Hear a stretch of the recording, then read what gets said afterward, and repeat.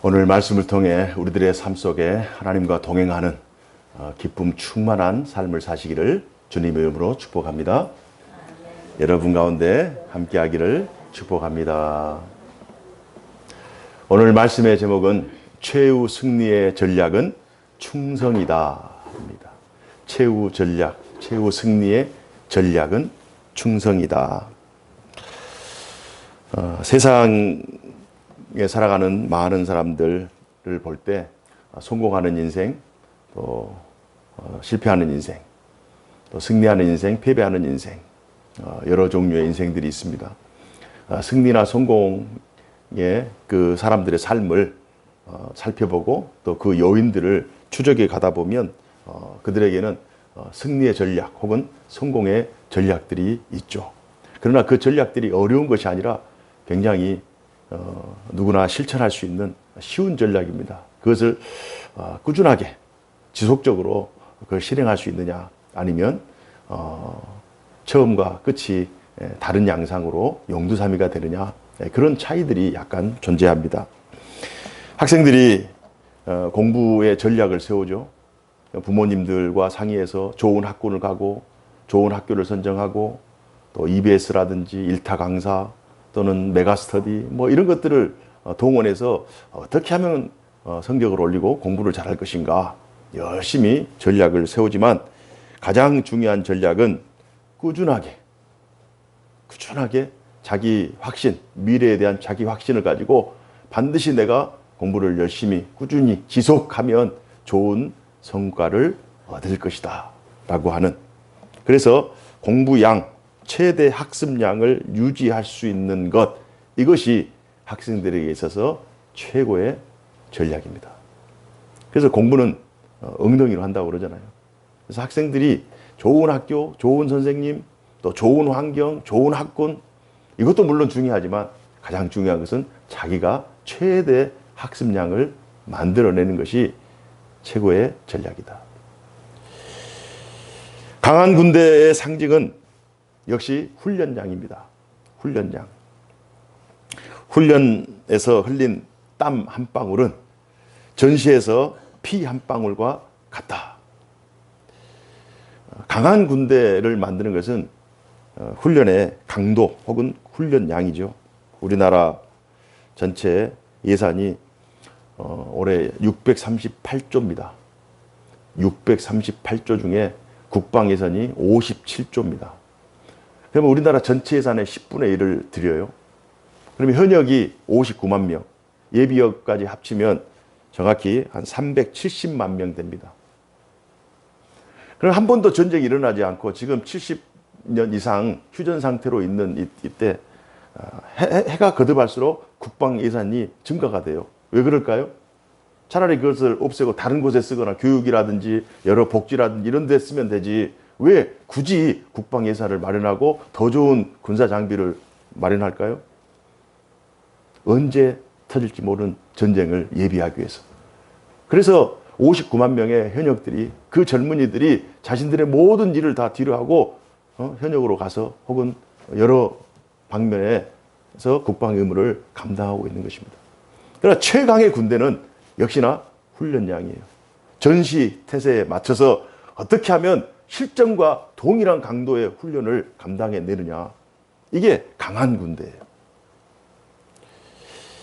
제가 주중에 기회가 돼서 뮤지컬 감독의 그 삶을 잠깐 들여봤어요. 뮤지컬 감독의 김문정이라고 하는 감독이 있더라고요. 최근 한 세대에서 이제 교수하다가 다른 곳으로 이제 서울예대 쪽으로 이동을 했는데, 그분이 원래 실용음악을 전공했다가 다른 분야인 뮤지컬에 가서 지금 감독을 하고 있는데, 그 김문정 감독이 우리나라 탑 감독이잖아요. 왜 탑이 됐느냐? 이 뮤지컬 배우들, 그 한 10년, 20년 했던 기라성 같은 배우들도 이 김문정 감독 앞에 서면 다 벌벌벌 하는 거예요. 그렇다고 해서 여자분이거든요. 키가 크고 덩치가 크고 이렇게 장미란 차관같이 이렇게 힘이 세고 이런 거 아니에요. 굉장히 왜소하고 굉장히 작고 그냥 여성스럽게 생겼어요. 그러나 그분에게는 다른 사람이 없는 것이 있더라고요. 그게 뭐냐면 집요함. 이게 한 작품을 만들기 위해서 꾸준함, 성실. 이게 그렇지 않고서는 작품이 만들어지지 않잖아요. 그러니까 훌륭한 감독은 훈련을 열심히 시키고 집요하게, 꾸준하게, 치밀하게 준비해서 작품을 만들어내는 감독이 훌륭한 감독이라는 거예요. 저도 그렇게 생각합니다. 세상에서의 승리의 요인들이 있어요. 가만히 보면 자기 자신에게 주어진 그 모든 일, 그 일과에서 성실하게 학습하고 훈련량을 채우고 또 시간을 채우고 또 집요하게 작품을 만들고 치밀하게 꼼꼼하게 그렇게 하다 보면 성공할 수 있는 거예요. 그럼 신앙생활하는 신자들에게는 어떤 승리의 전략이 필요할까요? 저는 최후 승리, 신자들에게 있어서 최후 성공의 승리의 최고의 전략은 충성이라고 생각합니다. 충성. 충성 역시 신실함, 성실함, 꾸준함, 집요함. 어떤 것을 믿고 있는데 그 믿고 있는 것이 시기나 상황이나 여건에 따라서 바뀌는 것이 아니라 내가 믿고 있는 믿음의 도리, 내가 추구하는 그 진리를 추구하기 위해서 더 집요하게, 더 치밀하게 시간을 들이고 노력을 하고 최선을 다해서 그 더 아름다운 신앙, 더 거룩한 신앙을 만들기 위해서 최선을 다하는 것이 충성이에요. 그렇게 하다 보면 하나님께서 기뻐하시는 충성된 하나님의 사람이 될 줄로 믿습니다. 이 땅에 사는 모든 사람에게는 마지막 때가 있죠. 그 누구도 예외는 없습니다. 우리 교회도 영원할 것 같았던 우리 권사님들, 장군사님도 그렇고 송권사님도 그렇고 지금도 그립잖아요. 늘 함께 하고 싶은 그러한 분들. 그러나 시간이 가면 하나님께서 부름이 있고 그러면 별세할 수밖에 없는 거예요. 한 번 죽는 것은 사람에게 정해진 것이요 그 후에는 심판이 있다. 심판의 때를 즐거운 마음으로 기다릴 것인가 아니면 두려운 마음으로 기피할 것인가. 중요한 것은 현세가 내세를 결정하기 때문에 죽음이 임박하는 그 순간에 성실해야 되겠다, 충성돼야 되겠다 이래서는 안 돼요. 반드시 종말은 있고 반드시 내세는 우리에게 준비되어 있기 때문에 내가 어떻게 이 현실의 삶의 내용을 채울 것인가, 어떻게 하나님께 받은 은혜에 대한 보답의 삶을 살 것인가, 이것이 우리 그리스도인들의 마음 자세예요. 중요한 사실은 장차 있을 심판의 때인 내세는 오늘이라고는 현세에 의해서 결정된다는 것입니다. 신자들에게서 가장 중요한 인식은 사명자라고 하는 자기 정체성이 중요합니다. 어떻게 하면 내세를 바라보면서 현실을 살아내는 이 이중적인 그러한 세계를 동시에 살아내는 우리 신자라고 하는 이 특별한 존재거든요. 세상 사람들은 현실만 살아내면 돼요. 현세만 최선을 다하면 돼요. 그러나 우리는 내세를 기대하면서 내세를 바라보면서 현실을 살아내야 되기 때문에 이 두 세계를 어떻게 공존하면서 어떻게 균형을 맞춰가면서 살아갈 수 있는가, 이것은 우리에게 주신 특별한 자격이고 특별한 존재라고 하는 거예요. 그렇다면 이 두 세계를 균형 있게 살기 위해서 가장 중요한 것이 신자의 자기 정체성이라. 그 자기 정체성에서 가장 중요한 것이 사명자 의식입니다. 사명자 의식. 바울은 자신의 입장에서 신자에 대한 정의를 오늘 1절 말씀을 통해 제대로 하고 있습니다. 1절 말씀의 내용을 보면 사람이 마땅히 우리를 그리스도의 일꾼이요 하나님의 비밀을 맡은 자라고 여길지어다. 바울의 입장에서 신자에 대한 그 개념에 대한 규정을 어떻게 했느냐? 그리스도인의 일꾼. 우리는 신자는 그리스도의 일꾼이다. 그리스도의 일꾼이다. 두 번째로는 하나님의 비밀을 맡은 자다. 그리스도의 일꾼이고 하나님의 비밀을 맡았다. 이게 이제 사명자라고 하는 거예요. 사명자. 하나님께서 우리에게 하라고 하신 그 하나님의 그 명령, 지상 명령을 우리에게 위임해 주셨어요. 이것을 모든 사람들이 아는 것이 아니라 특별히 부름받고 세움받은 하나님의 백성들만 알 수 있는 지혜라고 하는 거예요. 지식이라고 하는 거예요. 이게 하나님의 비밀을 맡은 자라. 그래서 이 일을 충분히 감당할 수 있는 사람을 하나님의 일꾼이라고 그래요. 그게 신자의 자기 정체성. 바울의 개념입니다. 저는 이 바울의 이 규정을 저는 동의합니다. 신자는 하나님의 일꾼, 그리스도의 일꾼이요, 하나님의 비밀을 맡은 자, 복음이라고 하는 이 진리라고 하는 이 비밀을 맡은 자, 이 자기 정체성, 이 사명 의식, 사명자 의식이 가장 중요해요. 신자 스스로가 사명자 의식을 가지고 있다면 그의 일상은 자연스럽게 사명의 현장이 될 것입니다. 사명자 의식을 가지고 일상을 살아가는 사람에게는 자신에게 주어진 사명, 그 현장이 사명자의 현장이 된 거예요. 그래서 사명 의식 없이 살아가는 그 사람의 일상은 그냥 하루하루의 자연스러운 일상에 지나지 않아요. 그래서 사명자 의식이 중요한 것입니다. 사명 의식이 있다면 사명과 삶이 분리될 수 없죠. 신앙과 생활이 분리될 수 없죠. 신앙생활이 생활신앙이 되는 거죠.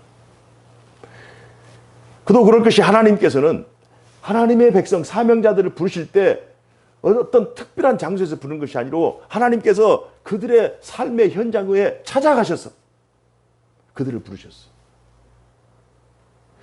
사명자로서 사명을 감당하는 그 현장에 찾아가셔서 더 큰 사명을 주시고 더 중대한 사명을 맡겨주신 거예요. 그 사명자는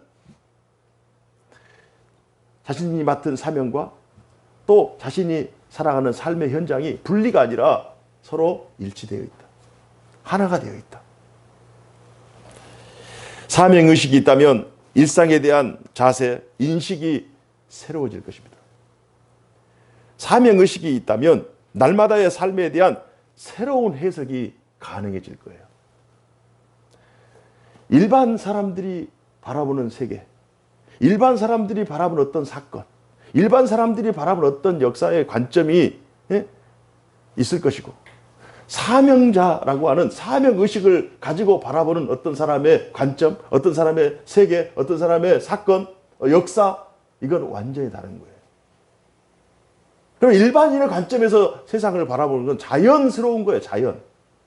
그러나 사명자의 관점에서 바라볼 때는 이 자연은 이건 하나님의 섭리와 계획 가운데, 예정하신 뜻 가운데 창조한 창조 세계고, 우리는 모든 피조 세계는 하나님의 구성 역사에 그 하나님의 절대 주권 아래 놓여 있다라고 하는 새로운 인식에 대한 해석이 가능한 거예요. 완전히 세상을 바라보는, 세상을 해석하는 관점이 달라요. 그래서 사명자 의식 혹은 사명 의식이 중요한 것입니다. 내가 믿음을 가지고 있는 모든 일이 사명 의식이 있을 때는 다 주님의 일이다라는 인식을 하게 될 것입니다. 다 주님의 일이다. 주부가 가정에서 육아를 하고 집안일을 하고 또 시댁과 관련된 여러 가지 일들을 하는 것, 이 역시도 사명자, 일반 사람들에게는 힘든 일이에요. 일반 사람들에게는 짜증나는 일이지만, 그러나 그럼에도 불구하고 사명자에게는 이건 역시 하나님의 일이다. 가장이 밖에서 힘들게 노동을 하잖아요. 평생 가정을 위해서 수고하고 애쓰잖아요. 그러면 일반인에게는 내가 너무 수고한다, 가정을 위해서 내가 너무 목사당한다, 나만 손해본다, 이런 의식이 있을 수 있겠지만, 그러나 사명자에게는 그렇지 않아요. 하나님께서 일할 수 있는 일터를 주셨고 일감을 주셨고, 하나님께서 같이 생활할 수 있는 가족을 하나님께서 예정하셔서 하나님께서 줄로 재어진 구역이라고 하는 이 가정을 허락해 주셨고, 내가 믿는 믿음의 도리가 우리 가정에 우리 자녀를 통해서 다음 세대까지 계대되고 계승되는 이 놀라운 축복의 현장이 바로 가정이구나. 하나님께서 시와 때를 따라 입을 것과 먹을 것을 주시는구나. 일감이 있어서 감사하고 일할 수 있어서 감사하고 일할 능력이 있어서 감사한 거예요. 노동이 아니라 노동이 축복이 되는 거예요. 밖에서 어떤 사람을 만나든지 또는 어떤 일상의 일을 하든지 모든 것이 하나님 안에서 하나님의 뜻 안에서 행하는 것이기 때문에 감사와 기쁨이 있는 거예요. 우리 작년 기도했던 것처럼. 그래서 일상 한 주일의 삶을 감사와 기쁨으로 살아갈 수 있는, 누구를 만나도 기쁘고 어떤 일을 해도 기쁘고 어떤 일을 많이 하면 이거 힘든 것이 아니라 오히려 하나님께서 나에게 더 많은 일감을 주시고 더 많은 일을 할 수 있도록 지경을 확대해 주셨기 때문에 오히려 감사한 거예요. 학생들, 청년들은 어떻습니까? 학업, 직장, 진로 이 모든 것들이 사명의식이 있다면 이건 짐이 아니에요. 학업, 공부 이게 짐이에요. 이 공부를 통해서 이 학업을 통해서 이 진로를 통해서 내가 하나님께 영광을 돌려야 되겠다.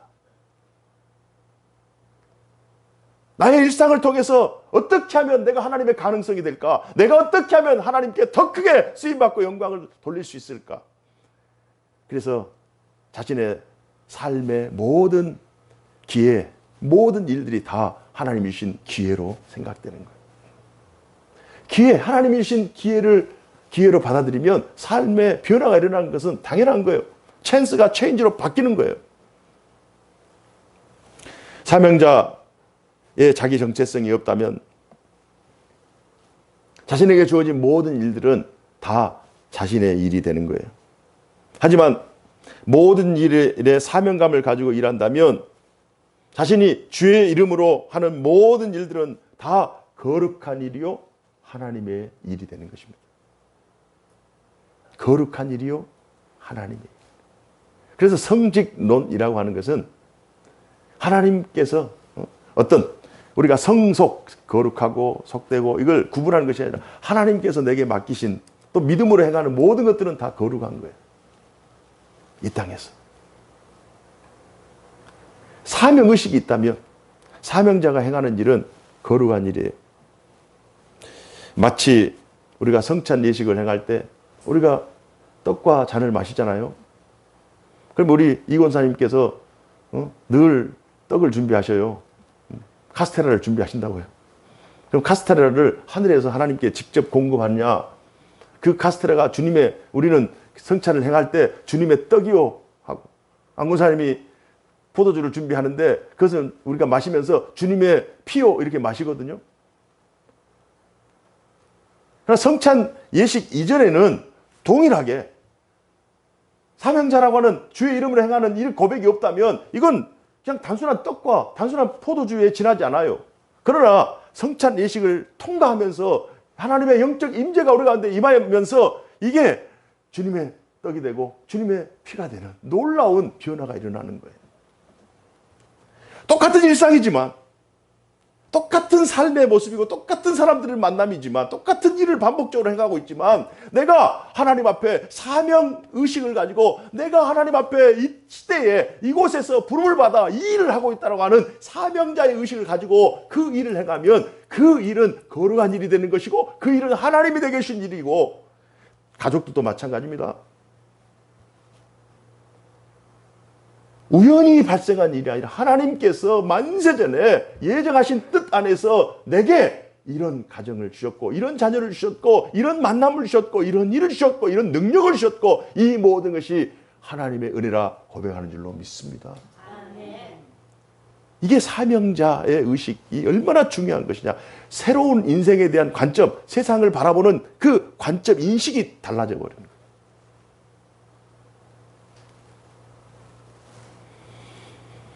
왜 신자의 사명이 중요하냐면 하나님께서 맡기신 사명이기 때문입니다. 하나님께서 내게 사명을 맡기셨다. 우리나라도 5년마다 정권이 바뀌면 임명권자는 자신들의 참모, 자신과 함께 할 수 있는 참모를 임명하죠.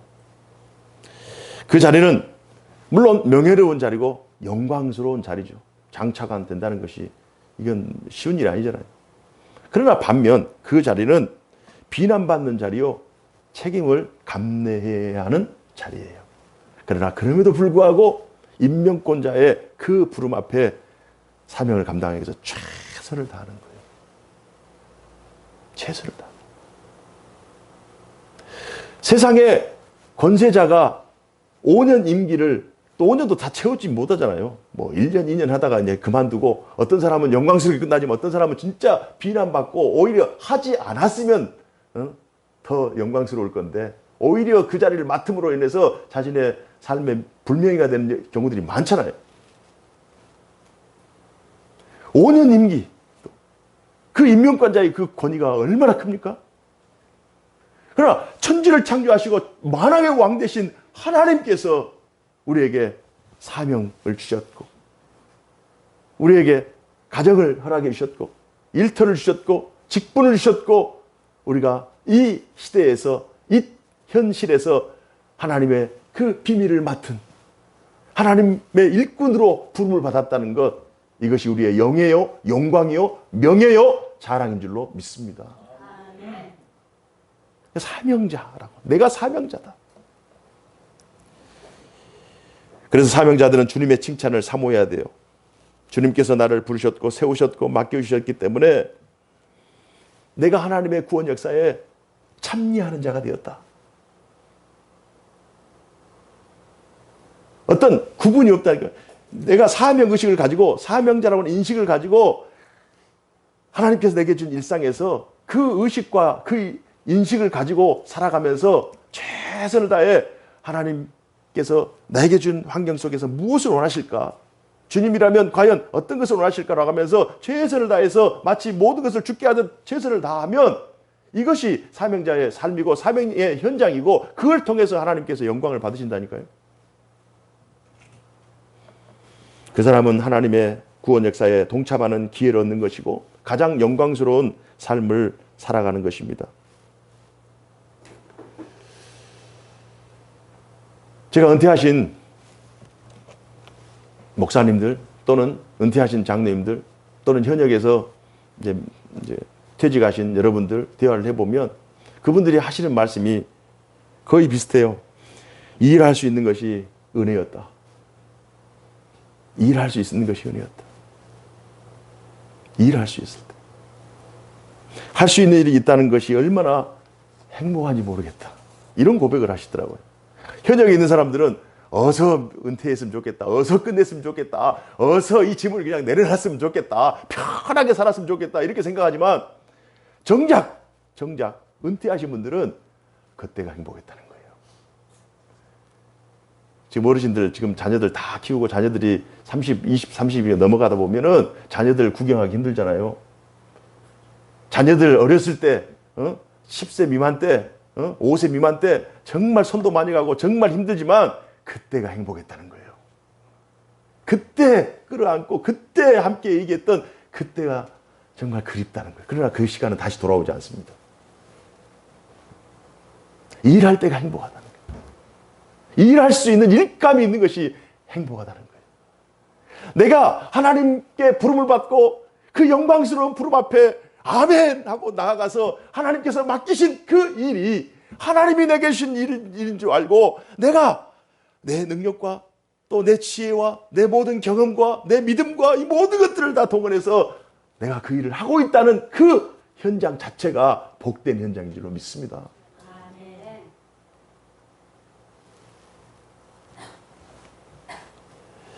어떻게 사명의 일상 또 사명의 현장의 내용을 채울 수 있을까? 4장 2절을 보면요. 2절 다 같이 한번 읽어보십시다. 시작. 그리고 맡은 자들에게 구할 것은 충성이니라. 충성이니라. 충성으로 우리 사명자의 일상을 채워내는 거예요. 충성으로. 충성. faithfulness. 충성으로. 신실하게. 어떤 환경이 바뀌고 상황이 바뀌고 여건이 바뀌면 변화되는 것이 아니라 끝까지 내가 믿는 믿음의 도리를 하나님께서 부르셨고 보내셨고 세우신 그 현장에서 충성되이 감당하면 하나님께서 나중에 하나님께서 다 카운트를 하시잖아요. 나중에 리워드를 주시는 거예요. 보상을 해주시는 거예요. 상급을 주시는 거예요. 충성된 자에게 주어지는 보너스가 3개가 있습니다. 서진이가 회사에서 열심히 해서 특별 보너스를 받아서 우리 복날 때 우리 1인 1닭 했잖아요. 강현이가 군대에서 열심히 해서 특별휴가 받았잖아요. 그죠?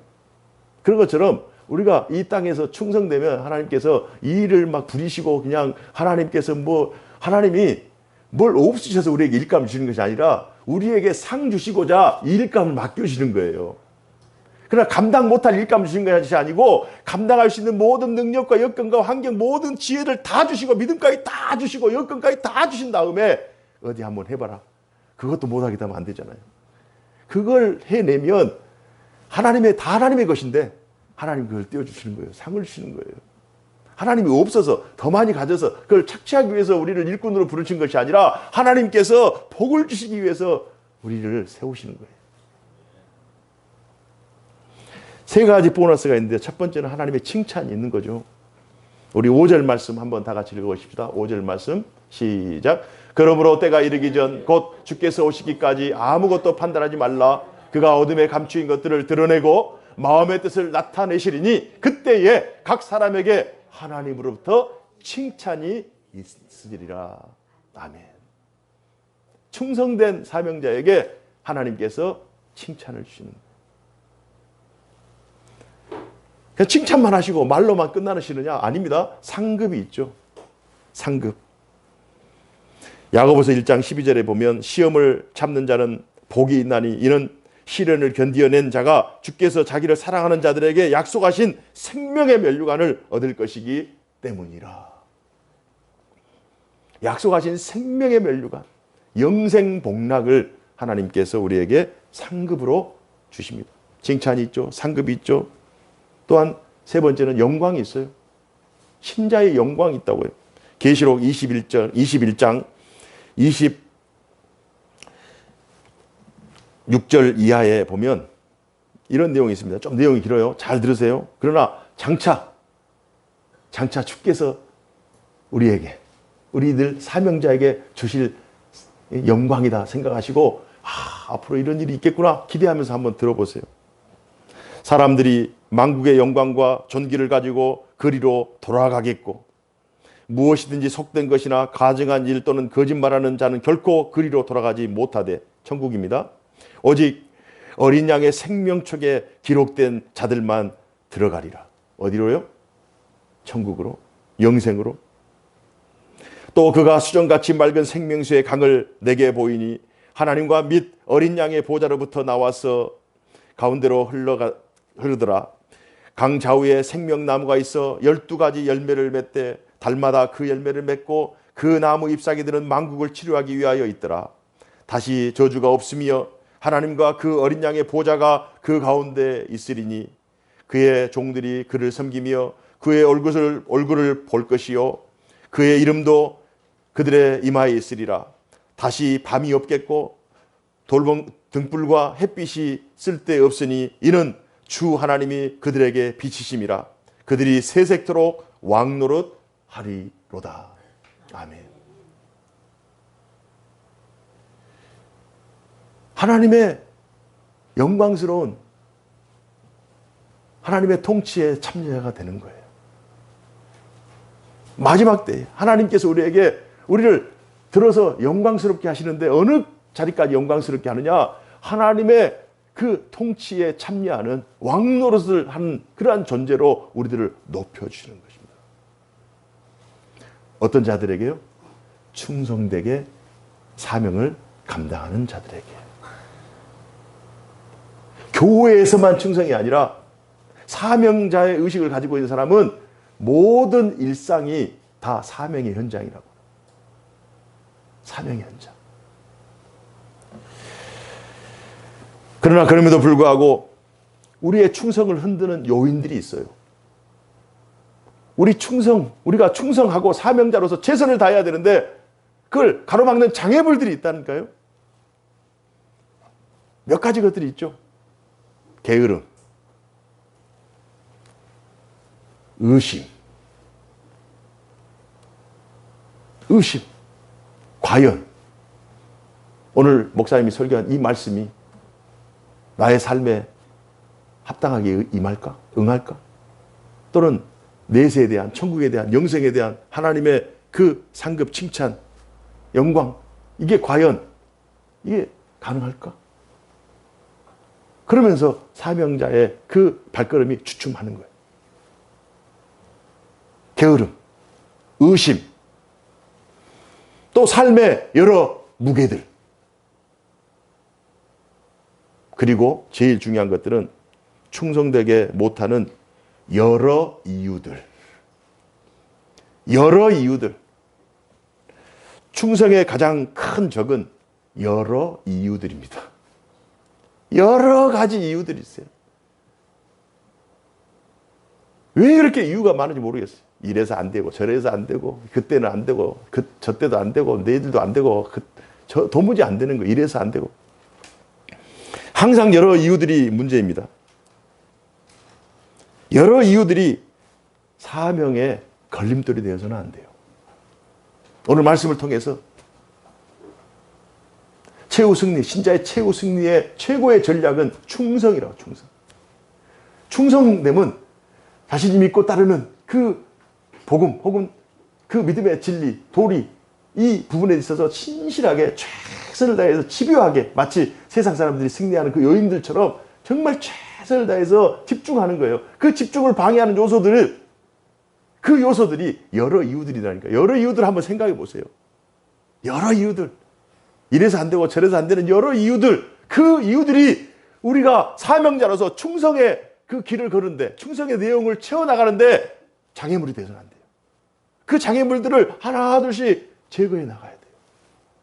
장애물들이 걸림돌이 돼서는 안 돼요. 그러면 더 큰 사명자의 자리로, 사명의 자리로 나아갈 수가 없는 거예요. 더 큰 상급을 받을 수 없어요. 더 큰 영광을 누릴 수가 없는 거예요.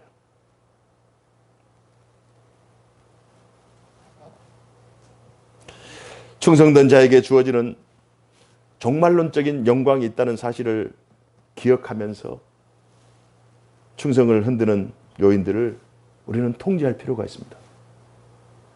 하나둘씩 제거해야 돼요. 뛰어넘어야 돼요.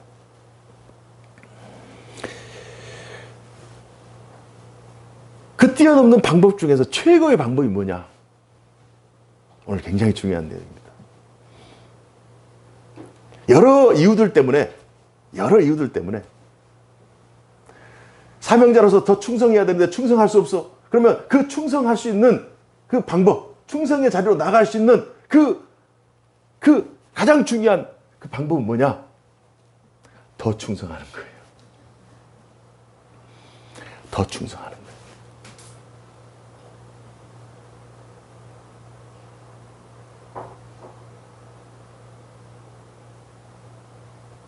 더 충성하는 거예요.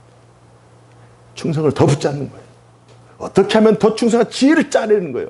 어떻게 하면 더 충성된 그런 내용으로 내 삶을 채워낼 것인가. 가정에서, 일터에서, 삶에서, 또 어떤 사람을 만나는 그 과정 속에서 사명자로서 충성하는데 어떻게 하면, 여러 이유들이 있지만 그러나 그 이유들을 뛰어넘는 더 충성됨으로 그 모든 일에 직면하고 그 모든 일에 임하면 그 모든 일은 작아질 줄로 믿습니다. 그 이유들은 작아질 수밖에 없는 거예요. 주어진 일상에서 하나님의 전신갑주를 입고, 지금 3주째 내용이 지금 연결이 되어 있어요. 하나님의 전신갑주를 입고 선한 싸움을 싸우며 이 땅에서 신자로서 살아가는데, 하나님의 뜻은 항상 기뻐하고 쉬지 말고 기도하고 범사에 감사하라. 그래서 늘 기쁨과 기도와 감사의 삶을 살아가야 되는데 이거 우리 힘으로는 안 돼요. 그래서 하나님의 전신갑주를 입어야 돼요.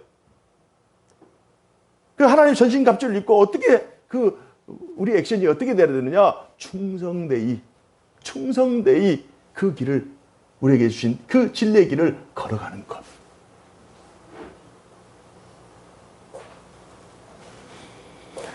한 주를 사시면서 또 후반기를 지내면서 정말 하나님의 뜻이 하늘에서 같이 우리들이 살아가는 이 땅에서도 이루어지고 하나님의 말씀이 교회에서 선포된 그 말씀이 우리의 삶에서도 역시나 적용되고 실천되고 실행력이 있는 그 능력의 말씀이 되어서 하나님께서 찾으시는 사명자, 하나님께서 복 주시는 사명자, 하나님의 영광이 임하는 사명자,